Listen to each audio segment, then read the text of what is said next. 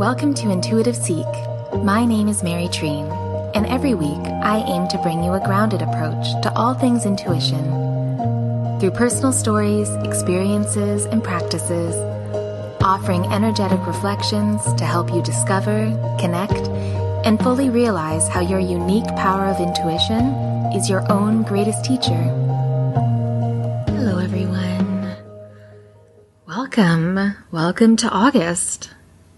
Or, as I say, whenever this hits your ears, welcome.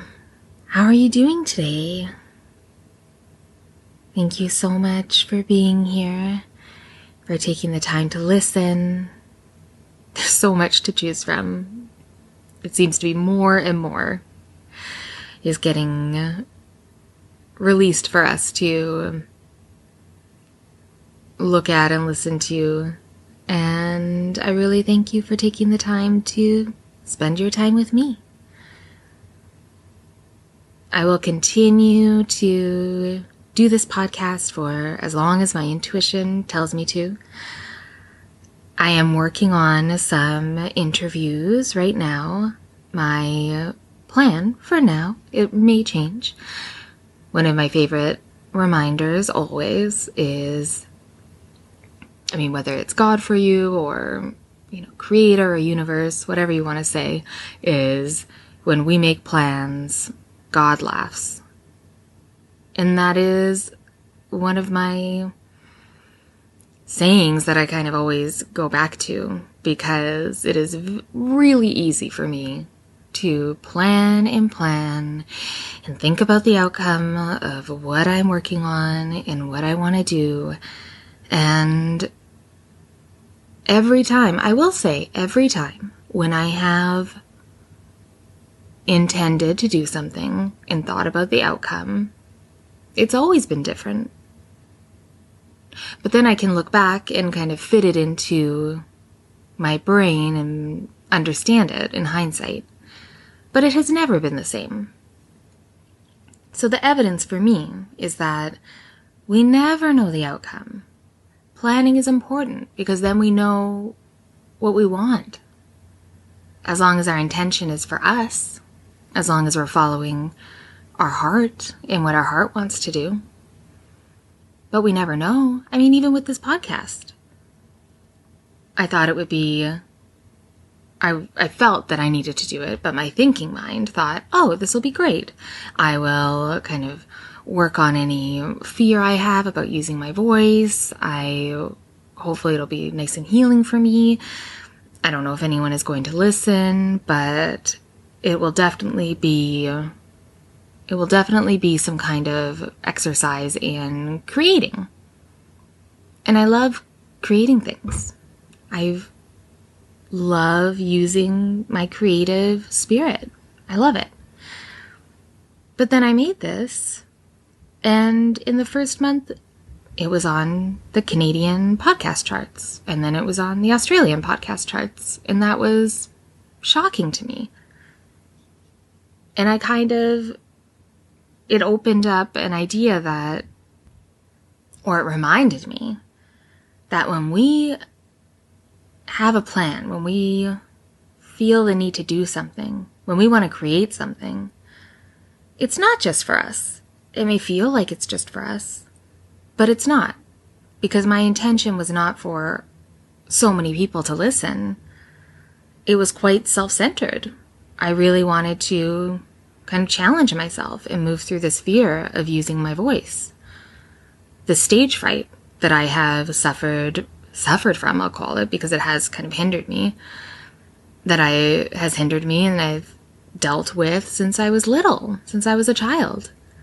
I've always been incredibly scared of singing, of being vulnerable, of people seeing me and listening to me without knowing that exactly if the people listening want to hear what I'm saying or if they enjoy it. There was a level of trust that I was looking for in myself, which is why I trusted the leap of faith to start this podcast, because who knows, right? Who knows? So the fact now that people are listening to it is lovely and doesn't make me want to keep doing it, because that wasn't the sole purpose. But it has definitely brought in new ideas of how I can kind of evolve it. I didn't mean for this to only be solo episodes for the first 20 episodes. I thought maybe the first 8 or the first 10. But I had to follow my intuition, because that's the whole point of this podcast, is to really figure out with you, through my experiences, how to trust our intuition as the be-all end-all of what we should do, instead of giving our power away outside of us. So having said that, I am putting together some interviews, and I just want to share that the idea behind them is some interesting, mostly women for now, some interesting women who have and are going through their own healing and spiritual and intuitive journey, and speaking to them about a time specifically when they followed their intuition before it really made sense, so that we can learn from all of these different beautiful souls who have their intuition speaking to them in so many different ways. So I'm really looking forward to that. And having said that, that is my quote-unquote plan, but it may most likely, most probably change, and I'm excited to see how it changes, because that really is that kind of, not cure, but the thing that helps us digest the uncertainty of our lives, is we can put kind of plans together and let go of exactly how they may unfold, but trusting ourselves enough to kind of think of the idea, feel into what we want to do, and then allowing for that space around it to just unfold the way it is supposed to, which is usually better for us than we had planned, even if it doesn't seem that way in the moment. So I'm excited. I'm excited to see how these interviews unfold and how they go, and yeah, I'm excited for you guys to hear them. So hopefully by September they'll be ready to go. But now it is August, and it is my birthday season. It is Leo season. My birthday is on August 19th. And I was thinking about this because there's been a lot of memes and things on the internet where people are really speaking to, like, how can you express your inner Leo? And, you know, Jennifer Lopez is one of, like, the biggest Leos to showcase, you know, the pride and the glamour and the expression and just the spotlight of self-focus, which tends to be kind of the overarching theme when people think of Leos. Now, I'm not an astrologer, but thinking about Leos and the way they're perceived and lions, it really inspired me to talk about our heart today, and the energy of our hearts. Because when I think of Leos, the ones in my family, and just kind of the archetype of them, especially the archetype of a lion, I think of the heart. Most people think of Leos as, if you are kind of in that astrology, kind of like light horoscope world, you can think of Leos as, you know, taking the spotlight, being self-centered, you know, always the leader, which are definite traits for sure, the king of the jungle. But I always think of the thing that most people don't really understand about lions and the Leo, which is the heart, which is this very big, sensitive, pretty soft, and full heart. So much so that most Leos, when they aren't feeling safe or trusting themselves, and I can speak from experience, you harden your heart because it's too much to feel.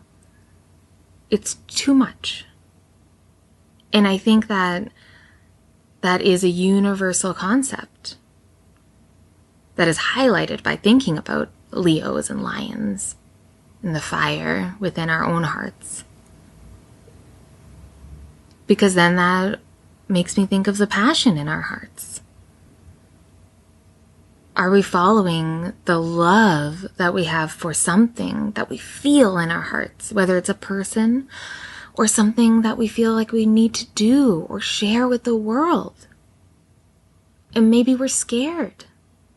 Maybe we don't think people will understand us. Maybe we feel like it's not going to work out. Why even try? But we wouldn't feel it in our hearts unless there is a part of it that we can do. And so I felt really, really called today to help you to remember your heart. Are you following your heart? Have you followed your heart before? Do you trust your heart? Do you remember when your heart was broken?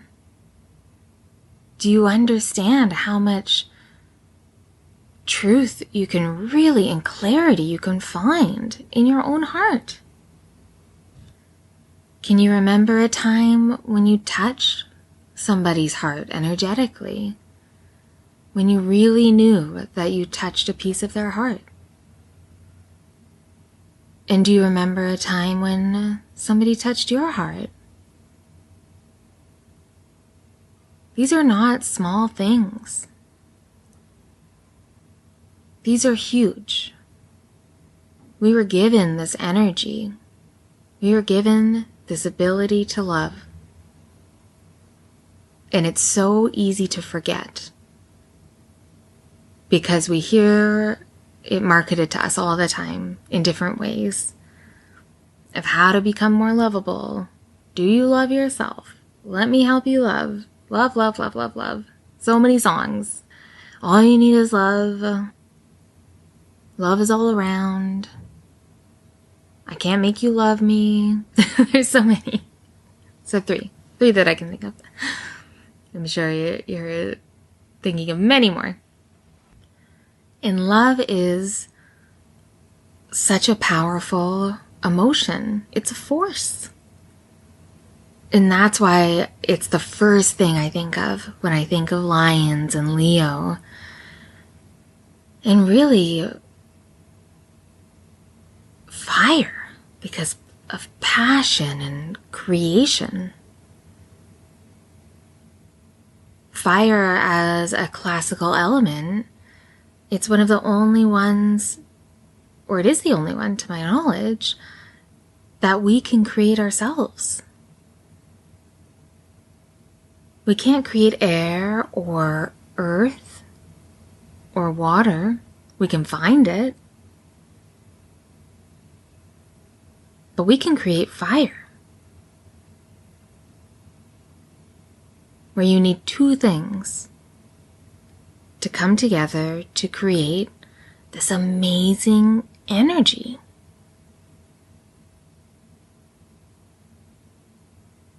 Like, that is wild that we can do that as human beings. And we can do that with love too. Where two people come together, where they love each other and create a new form of love that is alive, that creates more things, and you can create children, or you can create a life together. And you can't do that unless you trust your heart. You can't do that unless you listen to your heart. And I'm saying all of this to myself. I'm offering it, of course, to whoever needs it. But I am saying this to myself to remind myself how powerful the force of our own heart can be.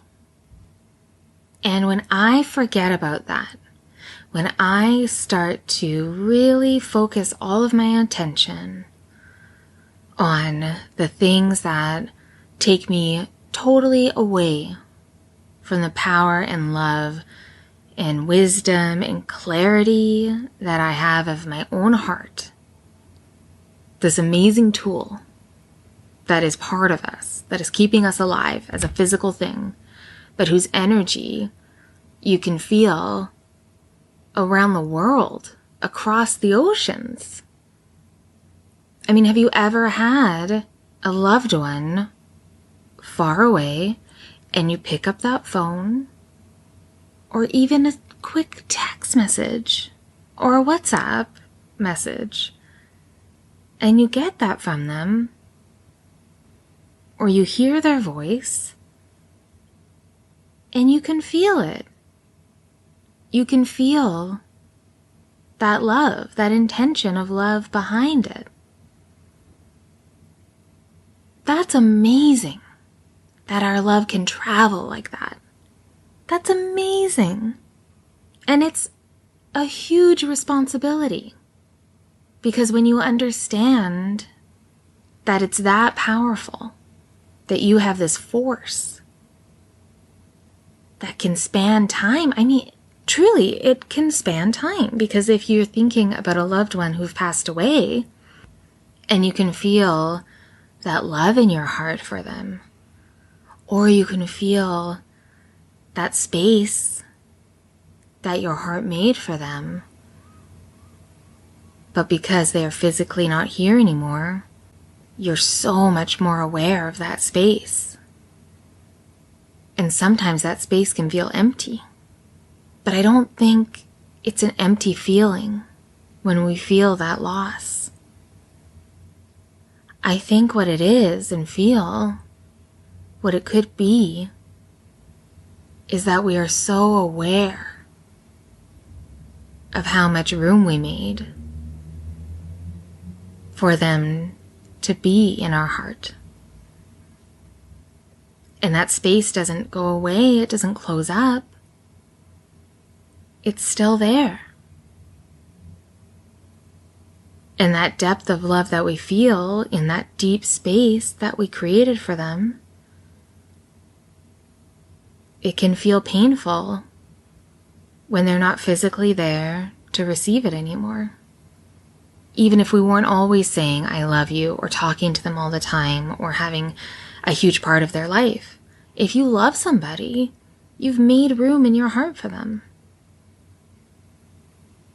And if that person has passed away, it's hard for us to recognize that love is still in us, and it is still being received, regardless of your beliefs, because we have memories.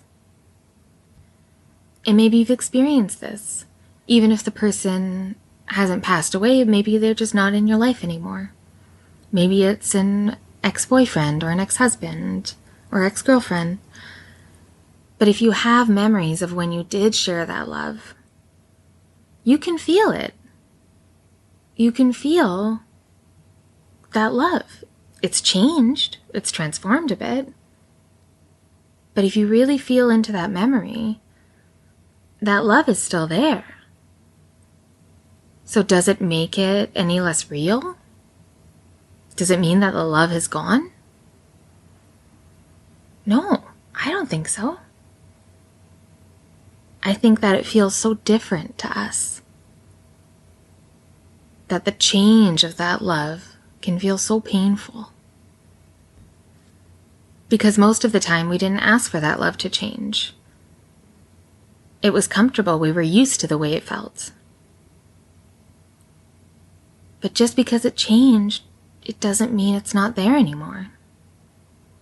And that really, moving away from like a loved one, I really feel that as well for things that we want to do in our lives, things we're feeling called to do. Do you have that one thing in your life? And it might be multiple things, but is there one you can think of that you really wanted to do? And when you think of it now, it may feel a little bit painful because you didn't do it. So that love for something, that calling of your heart to do this thing that you actually would love, because you hadn't done it, that love changed into pain, changed into regret, changed into guilt. But the root of that is really because you wanted to do it, because your heart was calling you to do it. And maybe that's really what people mean when they say, it's never too late. Because if we still feel that in our heart, the thing that we want to do, even if now it is not the most pleasant emotion, if we still feel it, that probably means that we could still do it. If our heart is still calling for us to do it, why not? What would happen if we actually let our hearts lead us? There's a picture I saw. The woman was kind of jumping off a cliff, but in a really beautiful, like ethereal way. Wasn't dangerous. It was an image, a creative metaphor of taking a leap. And I remember I was struck by it because she wasn't looking down. Her chest was going first. She was allowing herself to follow her heart because she was literally being led by it. And even though she was jumping off this cliff, nothing looked more safe. She looked serene because she trusted her heart. And she knew that if she really listened to her heart, if she followed exactly what her heart wanted, that any perceived danger had no actual validity. And it made me think. It made me feel that perhaps, maybe the safest thing in the world that we can do for ourselves is to simply follow our hearts. Follow that heart that we have, that most of us take for granted. I know I have. But in this season of Leo energy, of that lion, if you can remember what your heart wants you to do, there may literally be no risk in that. Because no one knows better about what you should do than you. And nothing knows us more than our own heart. And I've been feeling that so deeply the last week. And I really hope that you could feel that too. And if you weren't already feeling it, that you are reminded of that power that you have every day. Because our hearts are almost like the action that our intuition informs. Because I find that our heart is the one that propels us. Even if we don't listen to it, we can always feel what it wants. So it's almost like that translator, like that full, even though our body is always translating our intuition, it's almost like our heart. It's kind of the direct line to exactly what our intuition is trying to say. So I hope that you can listen to your hearts. Listen to your heart. Well, I hope this week you are able to find some time for yourself And thank you so much for listening to this episode of Intuitive Seek. If you have any thoughts or questions, then please contact me through my website, treenlight.com, or through my Instagram at treenlight, TREENLIGHT. I will be opening space actually for 3 more clients at the end of August, and I always offer a free clarity session to see how I can support you. I have all of those links in my show notes at the bottom of the episode, so feel free to go and click there. Hugely appreciated if you subscribe wherever you get your podcasts, and if you feel called to give some support, then please share this episode with a friend, or you can also leave a review. Thank you again. Be kind to yourself, and I'll talk to you next week.